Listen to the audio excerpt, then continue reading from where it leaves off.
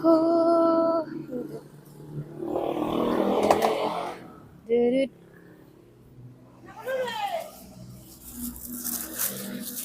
Saya pilih Helioti.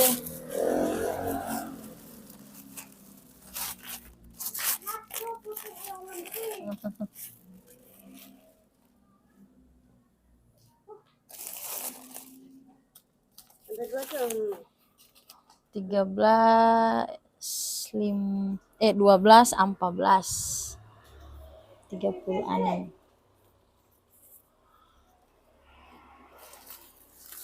36. Oke. Sombo Karanjang.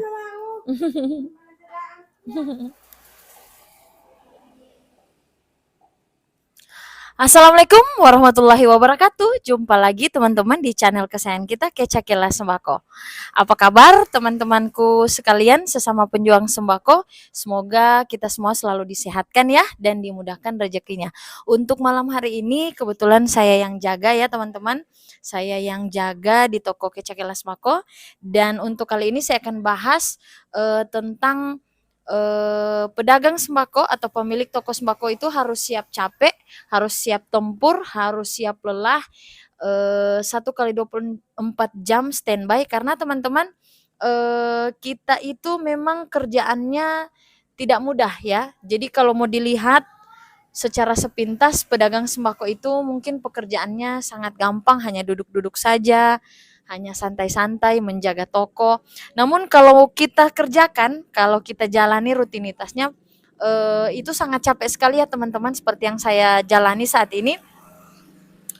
Jadi pemilik toko sembako itu kita misal tidak harus berdiam diri ya teman-teman. Kalau misalnya sama seperti dengan saat sekarang ini, lagi kurang pembeli, lagi kurang pengunjung tokonya, lagi sunyi.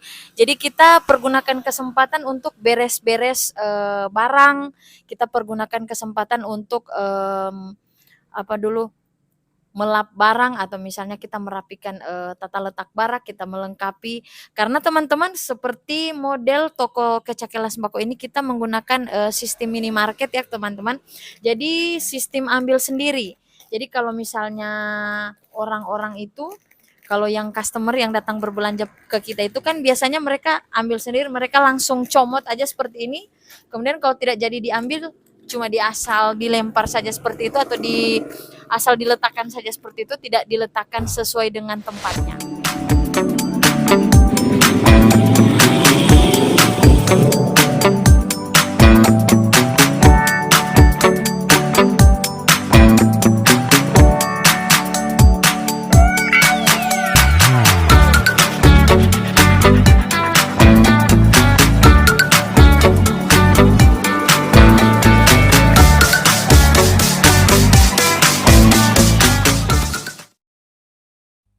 Teman-teman, kalau teman-teman berniat untuk membuka usaha di bidang sembako, teman harus tahu dulu konsekuensi apa yang harus kita lakukan. Teman-teman, apa saja yang harus kita kerjakan. Tentunya dalam setiap pekerjaan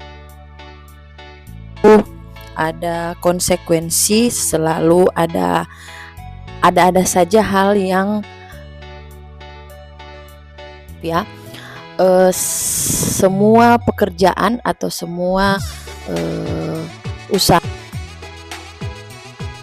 kurang dan lebihnya. Begitu pula dengan usaha sembako. Nah, kalau orang yang sudah beluk jualan itu pasti paham dengan konsekuensi yang akan kita dapati apabila membuka toko sembako. Toko sembako itu memang teman-teman pendapatannya,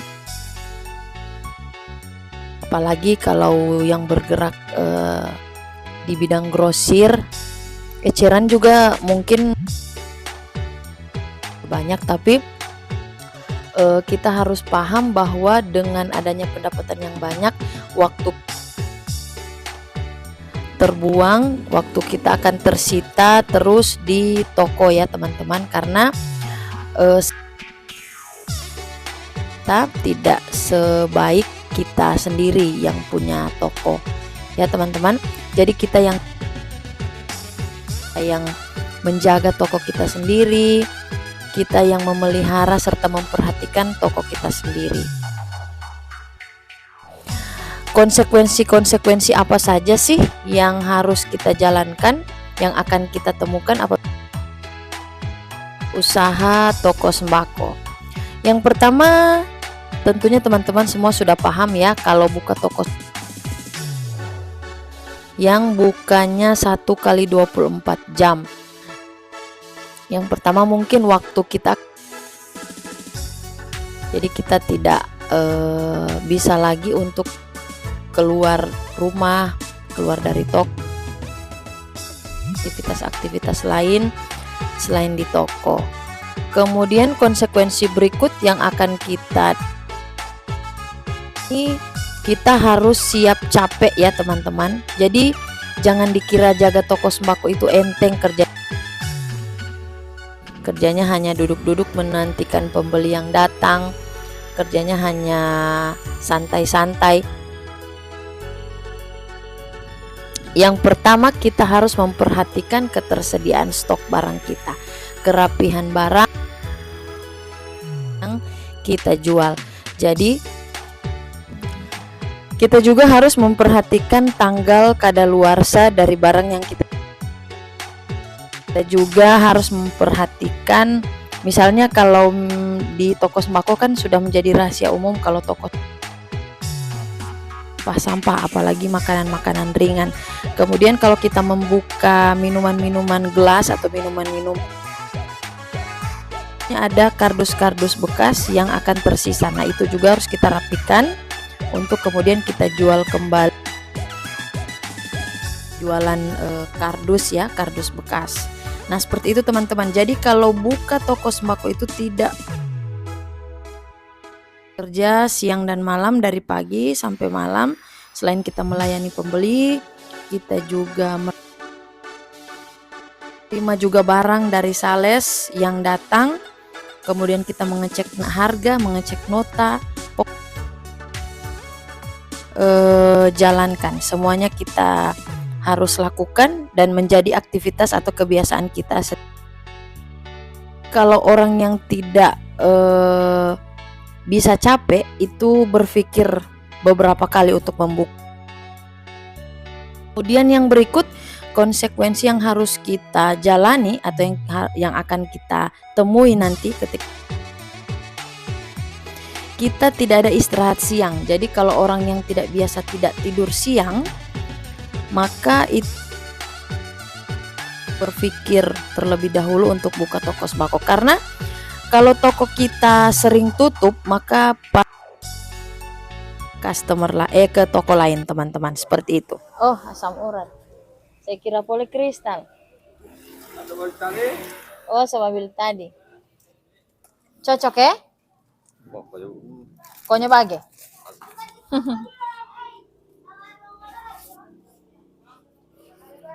35. Kasih banyak.